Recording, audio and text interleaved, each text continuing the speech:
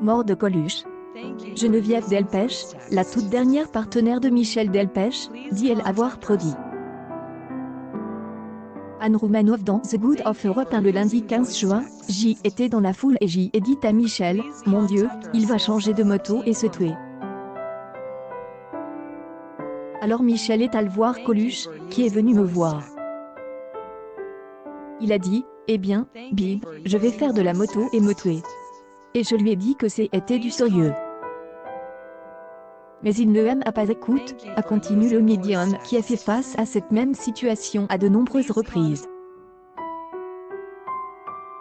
Cela arrive souvent, je préviens les gens d'un accident, l'accident arrive parce qu'ils ne veulent pas m'écouter. Geneviève Delpech vient de publier Les Encadrés, une médium quand la police a recours à elle invisible, un livre dans lequel elle raconte comment son don peut parfois aider les policiers dans leurs enquêtes. Je ne sais pas si c'est un cadeau extraordinaire. Pour elle, l'instant, c'est extraordinaire.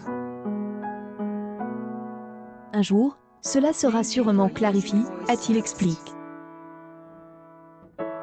Le 19 juin 1986 disparaissait Coluche. Vous savez que les hommes politiques et les journalistes ne sont pas à vendre. D'ailleurs, on n'a pas dit combien.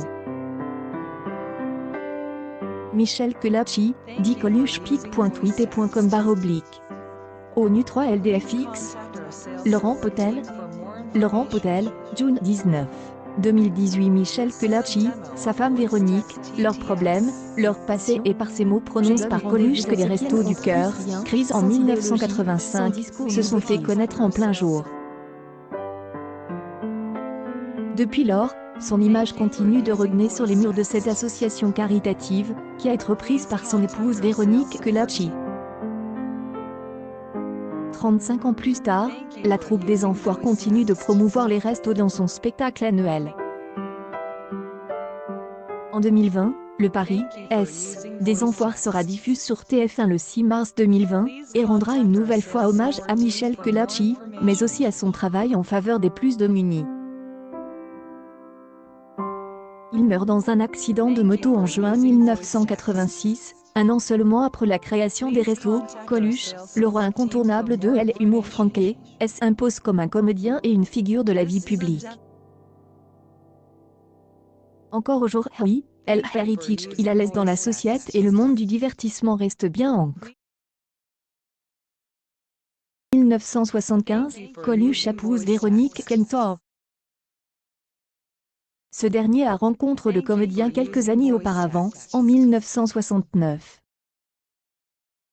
En 2016, elle a raconté à Europe 1 la manière dont elle a rencontré son futur mari.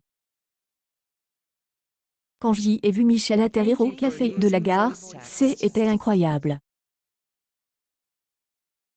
C'était tout à la fois, la timidité, la force, le rire, il m'a séduit au premier regard. Elle avait tout fait pour danser avec lui, se plaquant au premier rang du café de la gare, qu'elle offrait parfois à son public pour danser avec lui. Elle a créé un lien. Le couple et se part 6 ans plus tard, voire ci-dessous.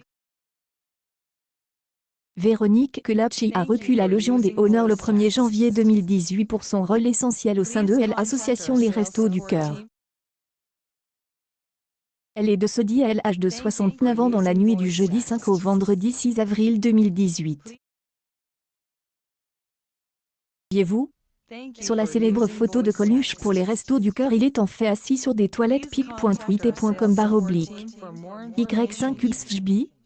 Cinécrologie.